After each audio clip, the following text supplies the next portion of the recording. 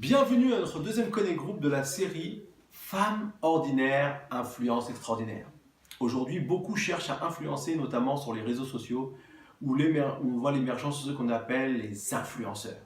Nous croyons que nous sommes appelés à avoir un impact dans ce monde en ayant une influence dans notre vie de tous les jours. C'est pourquoi nous étudions des femmes qui, au travers de leur vie ordinaire, ont eu une influence extraordinaire. Alors on va continuer avec Rahab. Le contexte de la vie de Rahab, le peuple d'Israël est sorti d'Égypte. Et après être sorti d'Égypte, pendant 40 ans, ils ont tourné dans le désert. Et voilà maintenant Josué qui est leur nouveau leader et qui va les emmener dans ce pays qui était promis depuis des années, notamment à Abraham et aussi ensuite à Moïse. Et donc, ils vont envoyer des espions pour aller explorer ce pays. C'est ce que nous lisons dans Josué, chapitre 2, versets 1 à 11. Josué, fils de Nun, fit partir secrètement de Sittim 2 espions en leur disant « Allez explorer le pays, en particulier Jéricho. » Ils partirent et arrivèrent dans la maison du prostitué du nom de Rahab, et ils y couchèrent. On dit au roi que de Jéricho, les Israélites sont arrivés cette nuit pour explorer le pays. Le roi de Jéricho envoya dire à Rahab « Fais sortir les hommes qui sont venus chez toi, qui sont entrés dans ta maison.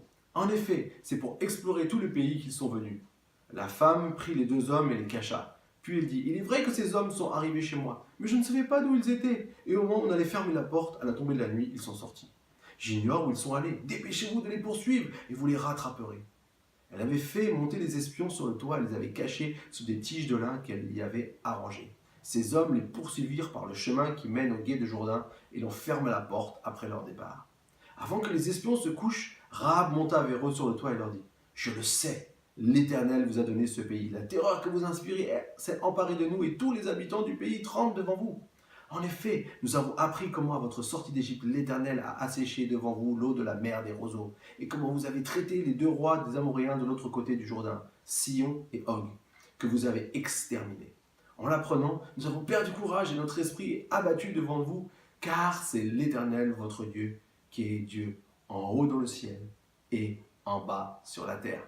Amen. Rahab est une prostituée.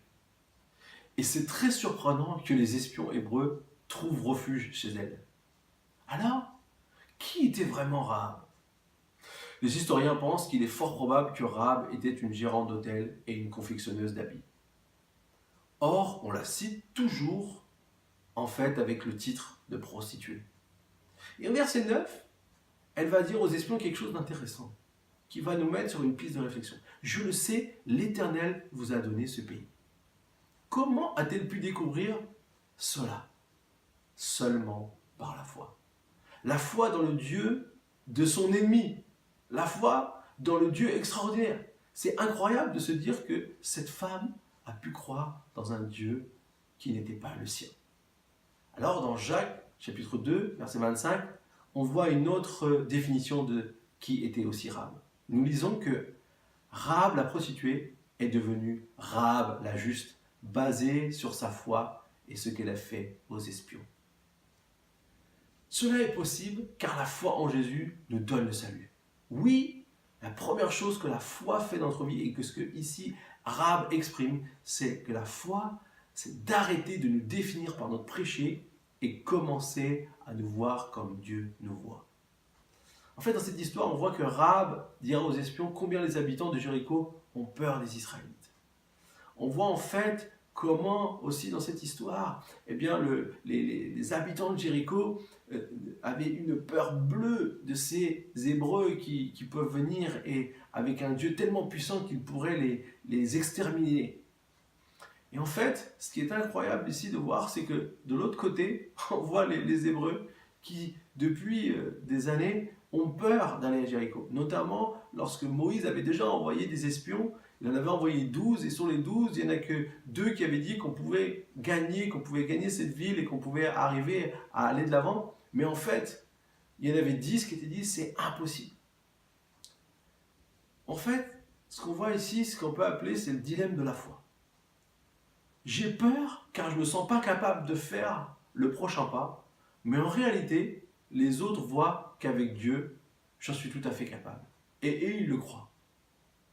Alors, comment faire? Comment faire dans cette situation? La foi, c'est croire dans ce que Dieu peut faire quand moi, je suis incapable de le faire. Croire que Dieu peut faire, c'est une généralité. Tout le monde sait que Dieu peut tout faire. Mais ce qui est intéressant, c'est lorsque moi, je m'accapare de cette vérité et que je la garde et que je la mets en pratique, et c'est ce qui va faire la différence. Enfin, la dernière chose qu'on voit aussi dans cette histoire de Rahab, c'est que Rahab n'a pas eu peur de mettre sa vie en jeu pour sauver la vie des espions. Des espions qu'elle ne connaît pas, des gens qu'elle n'a jamais vus, et elle va être prête à mettre sa vie en jeu pour sauver des inconnus. C'est incroyable de voir ça. Elle les a cachés, elle a menti à son roi, elle les a fait sortir ensuite de l'histoire, on voit qu'elle les a fait sortir, descendre du mur à la nuit, elle aurait pu se faire repérer à plusieurs moments, mais elle a préféré faire toutes ces actions pour être conforme à ce qu'elle croit. En fait, dans Hébreux 11:31, il nous dit qu'elle est mentionnée dans la liste des héros de la foi.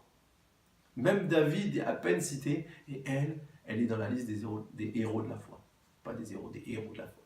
Et c'est par la foi qu'il nous dit qu'elle n'est pas morte avec les non-croyants, parce qu'elle a accueilli les espions avec bienveillance. Elle et sa famille ne sont pas morts, tout d'abord parce qu'elle a cru en l'Éternel, mais également parce qu'elle a agi en conséquence. Vous savez, la foi transforme ce que je crois en action. Si j'ai cette foi vraiment ferme en Dieu, je crois vraiment qu'il est capable de faire, je ne peux agir que dans cette sorte. C'est une dimension de la foi qui m'amène à lui. Parce que sinon, ma foi, elle est juste morte. Si elle met pas les choses en action, elle est juste morte. Alors, ce que je crois vraiment détermine ce que je fais dans ma vie tous les jours. Et ce que je suis, c'est donc ce qu'on peut voir ici dans ce passage. 3 choses. La foi de Rahab transforme ce que je suis, c'est-à-dire je ne me définis plus par mon péché, mais par rapport à ce que Jésus a fait pour moi. Deuxièmement, ce que je crois, car aucune situation n'est impossible à Dieu, même si j'ai du mal à le croire.